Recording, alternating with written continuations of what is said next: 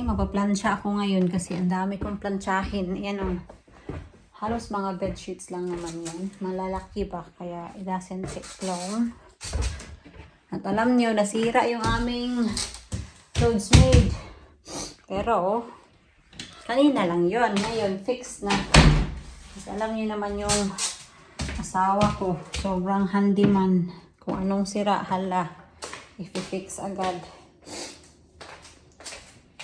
So, yung clothes made natin, dito ko na nilalagay.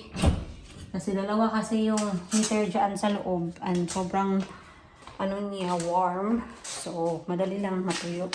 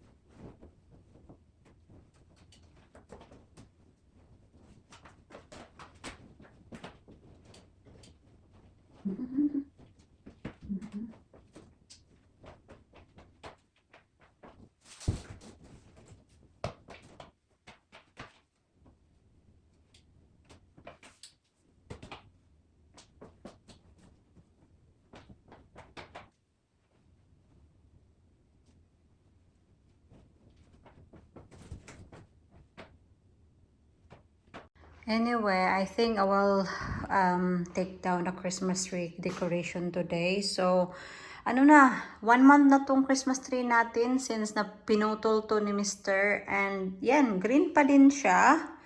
Yan. So, as I said nga, dito sa part na to, medyo nag-brown siya kasi of course it's next to the radiator.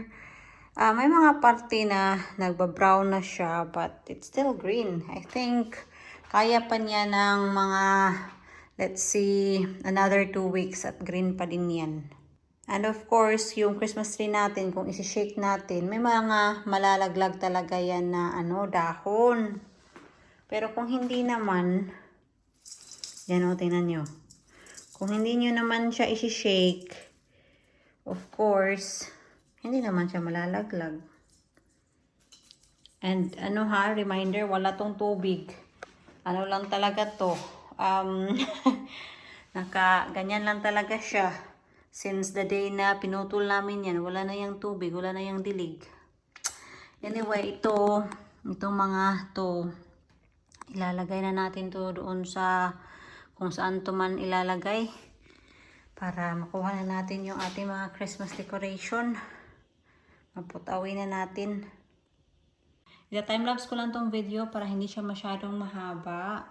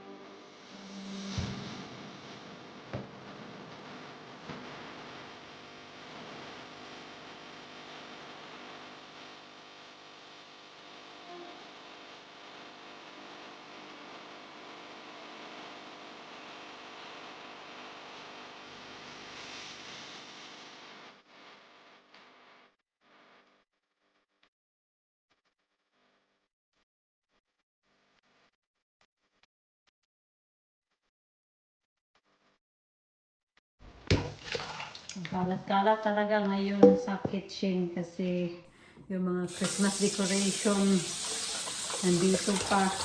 Hindi pa ako tapos mga palangga kasi nag-lunch kami and then while we're having our lunch, we're watching TV. And then after sa lunch, medyo napahinga. And naka-idlip ako. And Wala na yung Christmas tree dito. Yan o, wala na. But nandito pa yung mga Christmas decoration natin. Ito, we will just wait until Jan will take it off. Kasi nakaano kasi yan. Yan o. Yan ba? Merong cable tie. Ito na, kinuha ko na yung nasa front room.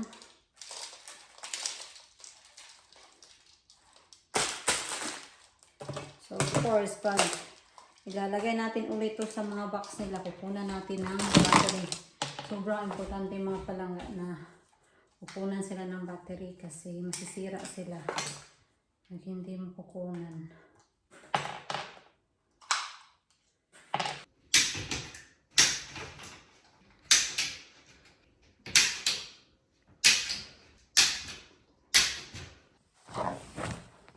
Lagyan na natin ito ng punda. Itong ating belo. Lagay na natin ito sa bed.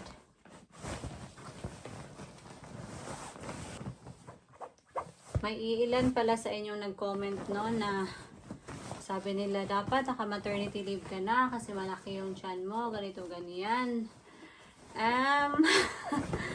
Yes, magma-maternity leave naman ako, pero some of you kasi na nagko-comment sa akin, hindi niyo masyadong alam yung rules ng maternity leave ng UK. So, dapat may agree kayo na date ba kung kailan magsisimula yung maternity leave mo with your employer. Kasi gusto ko kasing bumalik sa trabaho after sa birthday ni babe. So, kung mas maaga ka na mag-start ng maternity leave mo, so maaga ka ding babalik sa trabaho. It could potentially na before pa sa birthday ng anak mo. And I don't want that to happen. So, chill lang kayo. Don't worry. Magma-maternity leave din naman ako. I'm just counting days now. And magsisimula na yung maternity ko. At may nag-comment din pala doon.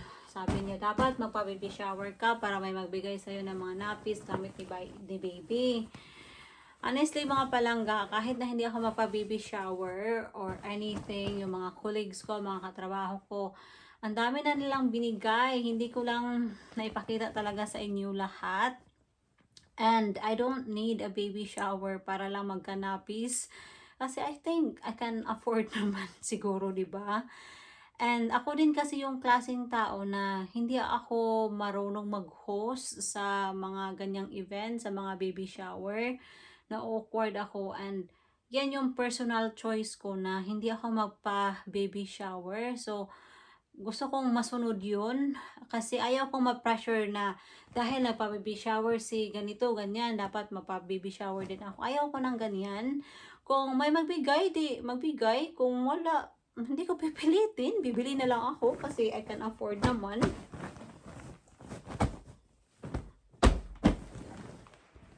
Nandito na rin yung aking in-order. Dumating lang kanina lang. Order ako nito, baka i-judge naman ako ng mga tao nito. This is just in case pag hindi ako nakapag-supply kay baby pa. Kasi ang balita ko kasi dito, yung hospital hindi sila nagsusupply ng milk. So, alam ba naman, nagutumin ko yung anak ko at hindi ko alam kung anong oras ako manganganak. So, this is para ready ka talaga. So, bumili ako ng milk, yan. So, first infant milk. So, ito yung binili ko. Itatry ko pa din namang mag-breastfeed, mga loves. Pero, of course, as you know, not all mothers are lucky enough to supply breast milk sa kanilang mga babies. Kaya, better na we are ready. I'm pretty sure may magko-comment na naman sa inyo na sasabihin, oh, better pa din talaga yung breast milk, ganito, ganyan. Yes, we all know that, but as I said, not all mothers are able to supply enough milk for their babies. Kaya wag natin silang i-judge. Anyway, alam nyo, hindi ko na-realize na ano pala, meron na palang ganitong gatas ngayon, 'di ba? Ang gatas na alam mo kasi is all powdered like this.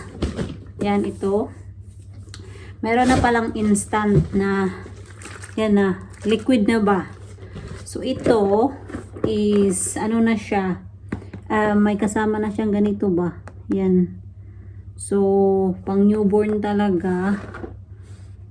And kung you are on the go, this is so handy rather than the powder. Kasi of course, magdadala ka pa ng mainit ng tubig, yung mga baby bottle and all that. So, yeah. Dalawang klase yung in-order ko. Powder and liquid one. Ito, medyo malaki to. Ano to? 250 ml. Ito is 70 ml lang ata to. I think so. And as I said, meron na siyang kasamang ganito. Ilalagay ko din yan sa hospital bag ko. I don't know if dalawa ba yung, dalawa na lang, itong dalawa na lang yung dadalhin ko. Just in case ba. And then, dadalhin ko din yung aking breast pump. Para there and then makapag-pump na tayo.